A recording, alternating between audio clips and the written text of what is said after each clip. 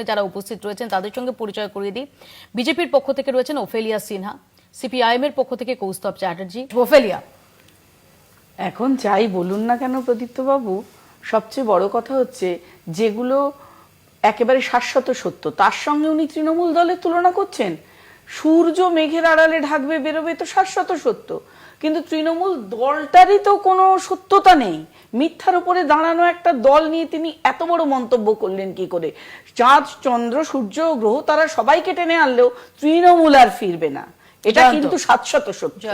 ওফেলিয়ার কাছে আসি। ওফেলিয়া, আজকে অভিষেক বন্দ্যোপাধ্যায়রা যে গিয়েছিলেন, অভিষেক বন্দ্যোপাধ্যায় বেরিয়ে দেখালেন যে সংবিধান নিয়ে গিয়েছিলেন এবং সেখানে দাঁড়িয়ে তারা বলছেন যে 2/3 পার্টি যদি মার্জ না করে তাহলে 2/3 তাহলে 20 জন সাংসদই তারা মার্চ করতে চান বা না চান সেটা সেখানে ম্যাটারই করে না। নাম্বার 1। নাম্বার 2, আলাদা আলাদা করে 20টা পিটিশন তিনি দিয়ে এসেছেন যাতে 20 জন সাংসদ তাদের বিরুদ্ধে ব্যবস্থা নেওয়া হয়, তাদের যাতে খারিজ করা হয় তাদের সাংসদ পদ। সাংসদের বিষয়ের সঙ্গে দলকে উনি জড়াচ্ছেন ঠিকই, কিন্তু দলের বিষয়টায় এই যে সংখ্যার বিষয়টা, সংখ্যাতত্ত্ব দলেরটা আপেক্ষিক, দলের বিষয়টা না দেখলেও চলবে।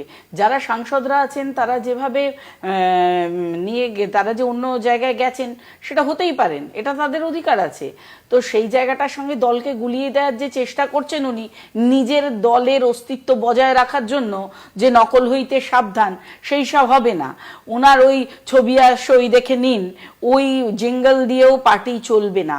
যা হওয়ার হয়ে গেছে, তৃণমূল শেষ হয়ে গেছে।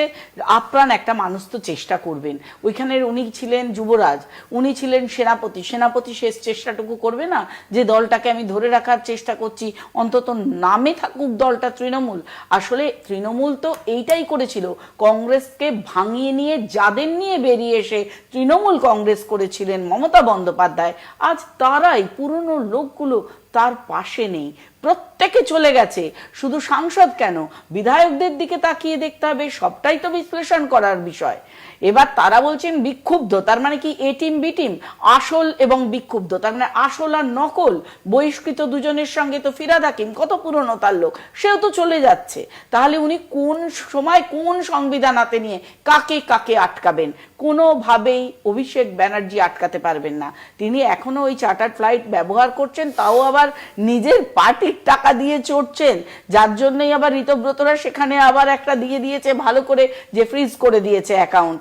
সত্যি ওই টাকাগুলো, এদের তো টাকার সব মানে নয় ছয় করা স্বভাব, এখনো করে যাচ্ছে। সই জাল হলো, তারপরে আবার সেই টাকা প্লেনে যাবেন, এত কোটি কোটি টাকা লিপস অ্যান্ড বাউন্সের মালিক তিনি, তার আবার টাকার অভাব কিসের? ভিডিও ক্লিপটা দেখলাম যে মুখ্যমন্ত্রী যাচ্ছেন, তার পেছনে বিরোধী দলনেতা ঋতব্রত বন্দ্যোপাধ্যায় যাচ্ছেন এবং তিনি মুখ্যমন্ত্রী যে বেঞ্চে, ট্রেজারি বেঞ্চে যাচ্ছেন সেদিকেই চলে যাচ্ছিলেন। তাকে মুখ্যমন্ত্রী মনে করিয়ে দিলেন, এক্স্যাক্টলি মুখ্যমন্ত্রী মনে করিয়ে দিলেন যে আসলে তিনি বিরোধী দলনেতা কম, তাকে বিরোধী বেঞ্চে যেতে হবে। ঋতব্রত যিনি বিরোধী দলে রয়েছেন তার দোষ। এবার উনি যেটা বলছেন এত পরিষ্কার করে, বিজেপির ওয়াশিং মেশিনে কেউ ঢোকেনি, প্রত্যেকের অধিকার আছে, সে অন্য দলে জয়েন করছে কি করছে সেটা তৃণমূল ভাঙছে, তার জন্য আমরা কেন দায়ী হব? এ তো অদ্ভুত বিষয়। তৃণমূলের কাদা মাটি কলঙ্ক কেউ গায়ে রাখতে চাইছে না, তার জন্য বিজেপি দায়ী।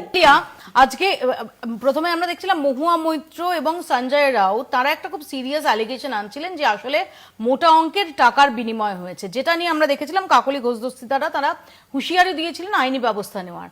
আজকে কিন্তু অভিষেক বন্দ্যোপাধ্যায়ের গলায় স্পিকারের সঙ্গে দেখা করে বেরোনোর পর সেই একই সুর, এবং তিনি বলছেন যে তিনি এটা অন রেকর্ড বলছেন এবং তার বিরুদ্ধে চাইলে মামলা করতে পারে।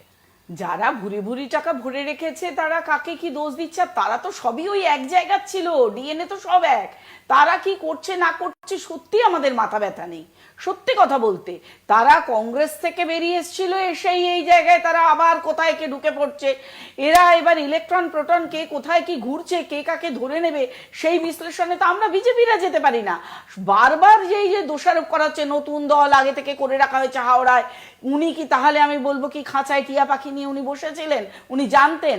এটা তো নয়। তাহলে উনি এত বড় কংগ্রেসের যে মেয়ররা কাজ করতে পারছেন না, মেয়রদের সঙ্গে কারা থাকে? কাউন্সিলররা থাকে। তাদের অধিকাংশ কাউন্সিলররা টাকা পয়সা নিয়ে, গয়না নিয়ে, ব্যাগ ভরে ভরে পালিয়ে গেছে, কেউ কেউ বিদেশে পালিয়ে গেছে।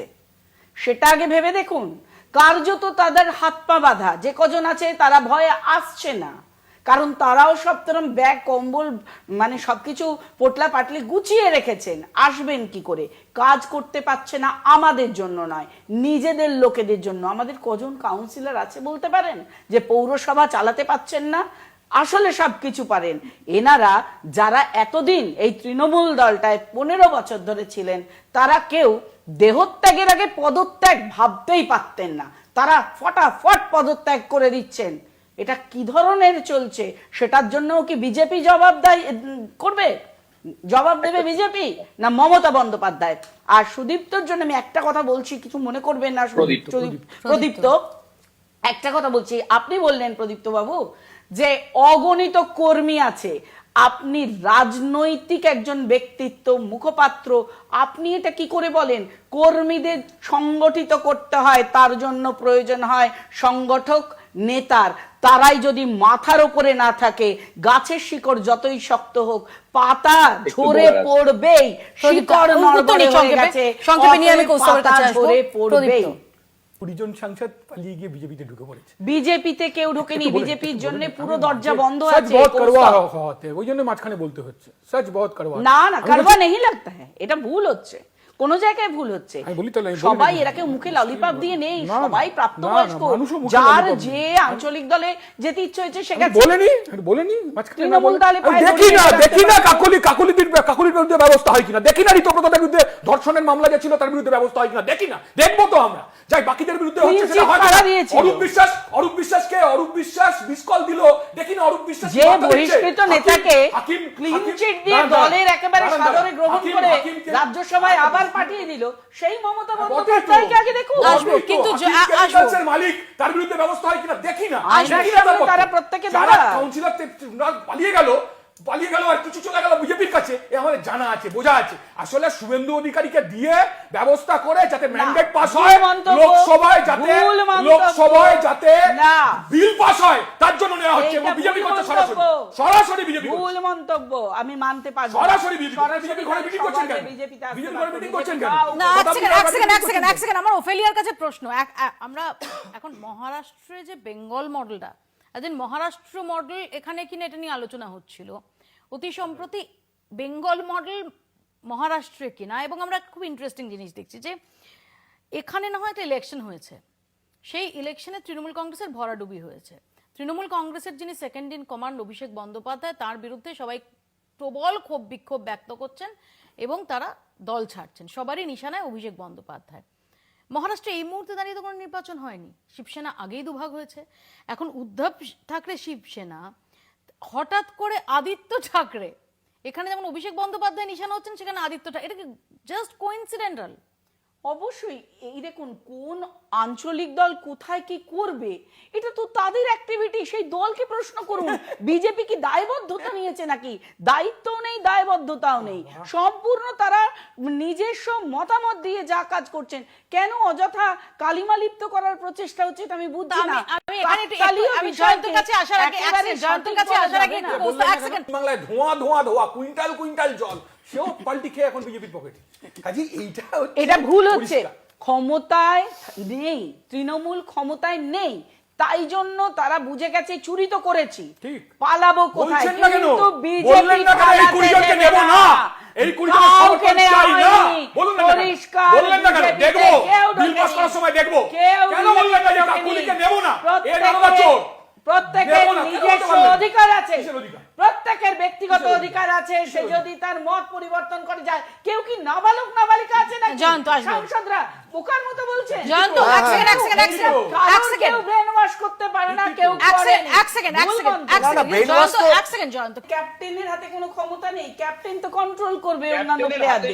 প্লেয়াররা বেরিয়ে যাবে, প্লেয়াররা বেরিয়ে যাচ্ছে, তার জন্য দায়ী, তার জন্য বিজেপি দায়ী হবে।